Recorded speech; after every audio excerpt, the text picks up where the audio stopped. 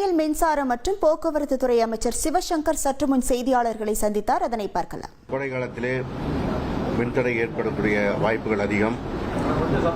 அவற்றை சந்திப்பதற்கான சூழலை எந்த வகையிலும் அதை சரி செய்வதற்கான நடவடிக்கைகள் எடுப்பதற்கும், அதேபோல எதிர்பாராத கோடை மழை பொழிகின்ற இந்த சூழலில் பல்வேறு இடங்களில் சூறைக்காற்று வீசுகிறது. அங்கே மின்தடை ஏற்படக்கூடிய வாய்ப்புகள் இருக்கிறது. அதேபோல மின்கம்பங்கள் சாயக்கூடிய வாய்ப்புகள் இருக்கிறது.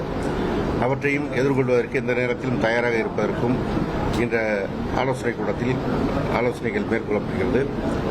அதேபோல எதிர்காலத்தில் தமிழ்நாடு மின்மிகை மாநிலமாக வருவதற்கு மாண்புமிகு தமிழ்நாடு முதலமைச்சர் திட்டமிட்டிருக்கின்ற அந்த நடவடிக்கைகளையும் ஆய்வு செய்து தமிழ்நாடு மின்சார வாரியத்தின் நடவடிக்கைகளை இன்னும் கூடுதல் வேகம் கொண்டு செயல்படுத்துவதற்கான ஆலோசனைக் கூட்டமாக இந்த கூட்டம் நடைபெறுகிறது.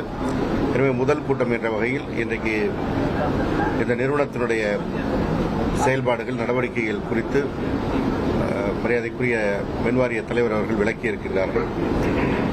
இந்த நடவடிக்கைகள் முழுவதும் தமிழ்நாடு முழுவதும் முழு வீச்சில் முடுக்கிவிடப்பட்டு எந்த இடத்திலும் சிரமம் இல்லாமல் தடையில்லாத சீரான மின்சாரம் வழங்குவதற்கான நடவடிக்கை எடுக்கப்படும். கோடை காலத்தில் போதுமான அளவுக்கான மின்சாரம் உற்பத்தி செய்வதற்கான வாய்ப்பு வேற மாநிலத்திற்கு வாங்க எப்பொழுதும் இருக்கின்ற நடவடிக்கை தான்.